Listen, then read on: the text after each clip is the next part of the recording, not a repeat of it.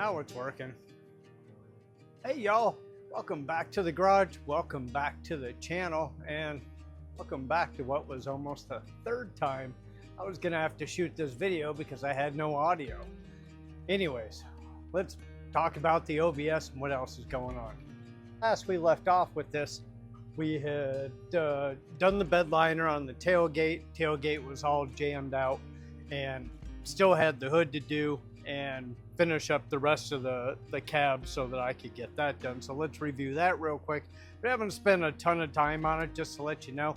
It's been blazing hot here in Texas, and to be inside this building, well, can't really show it to you that way. That way.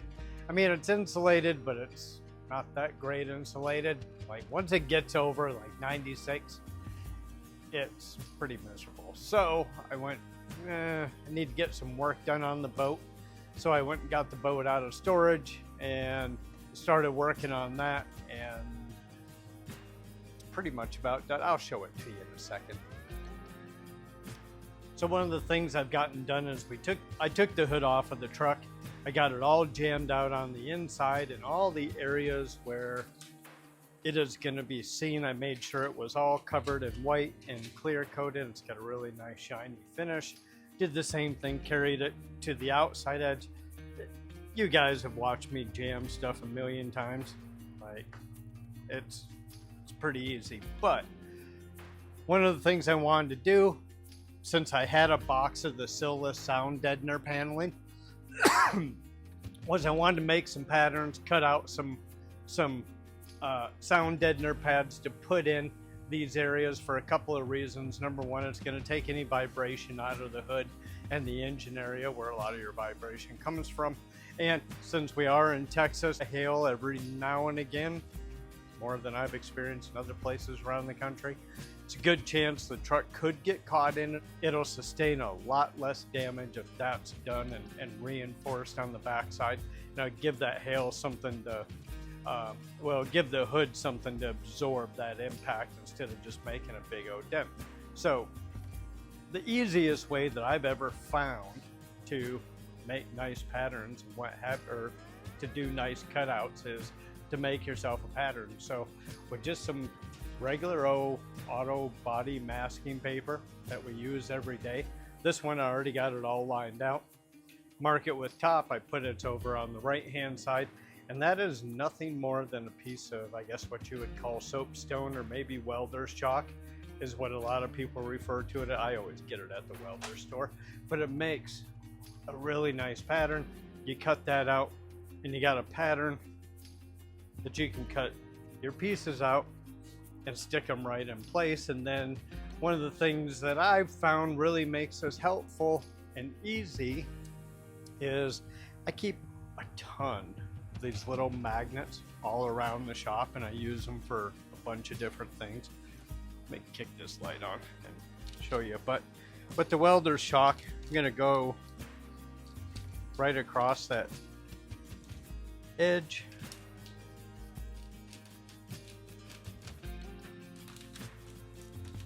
That's not gonna wipe off very easy. Stands out pretty good on the green auto body paper.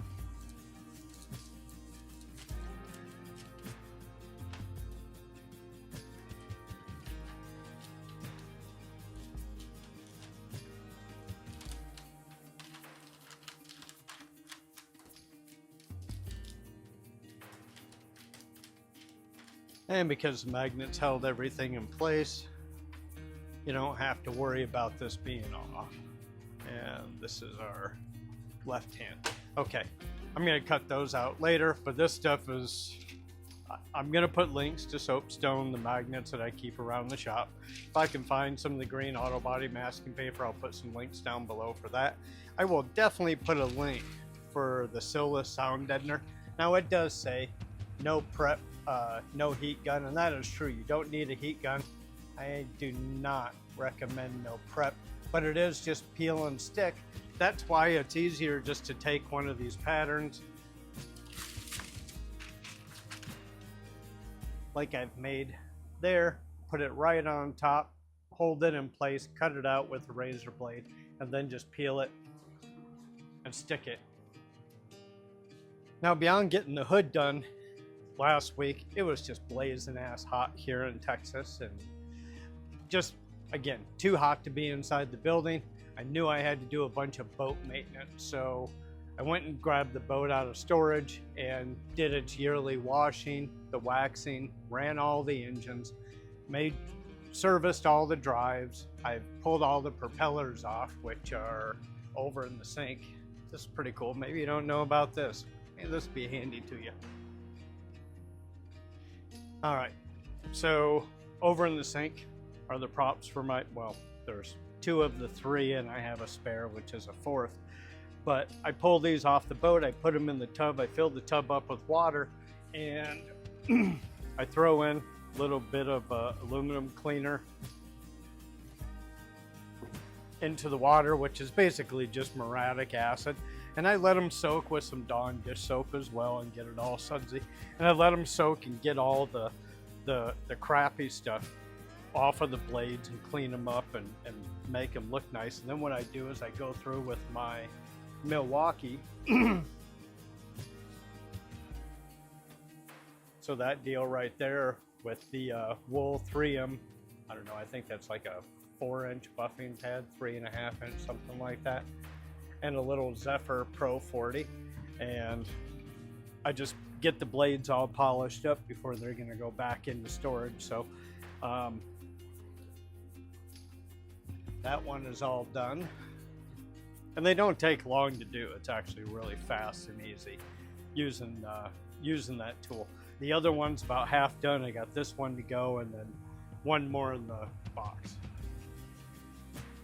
So I still got the boat sitting just right outside the shop. There's my truck, and then that's the back of the boat. And it just keeps getting longer and longer.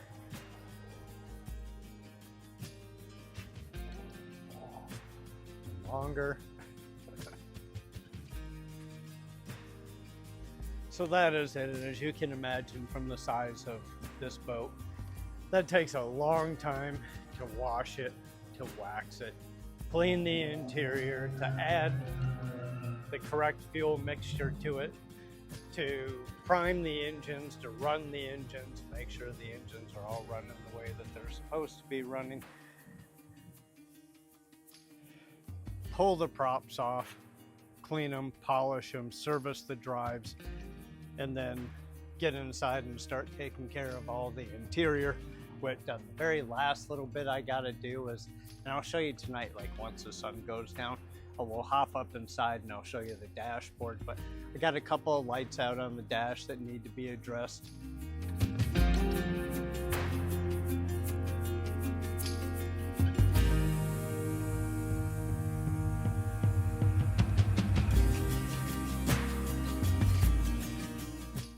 And then beyond that, I shut all the fuel off to the boat, drained the carburetors, ran the engines again till they ran out of fuel, so the carburetor bowls are completely dry, and changed the fuel filter, so those are dry now, and put fuel stabilizer in it, and it's about to go back over to storage. Now that the temperature is coming down, especially next week, really supposed to get the temperature down,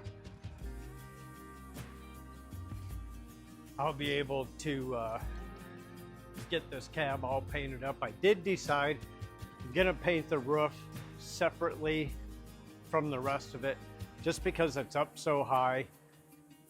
Don't exactly have a perfect environment to paint it in and clear coat it, what have you. So I'm gonna do the roof separately. It doesn't have any adjoining panels. If I have to do a blend, what I'm gonna do is I'm gonna bring when I paint the roof, I'm gonna bring that over onto the B-pillar panel. And then when I paint the B-pillar, the doors, the fenders, the hood hinges, the windshield rain tray, and all the inside lip, so it looks like it is a properly done color change. It'll all just blend together, and I'll just mask off that roof. So as always, I thank you guys for being here. I think this is video number 5 so far this month. Like I said, I'm trying to really boost the channel there. Hit that like button, be sure to push the subscribe button, We'll catch you guys next week. Thanks for tuning in. Last night, my security camera went off and it let me know that we had a little visitor. I'll show you the clip, but got him hooked up with some food and water if he should happen to come back tonight.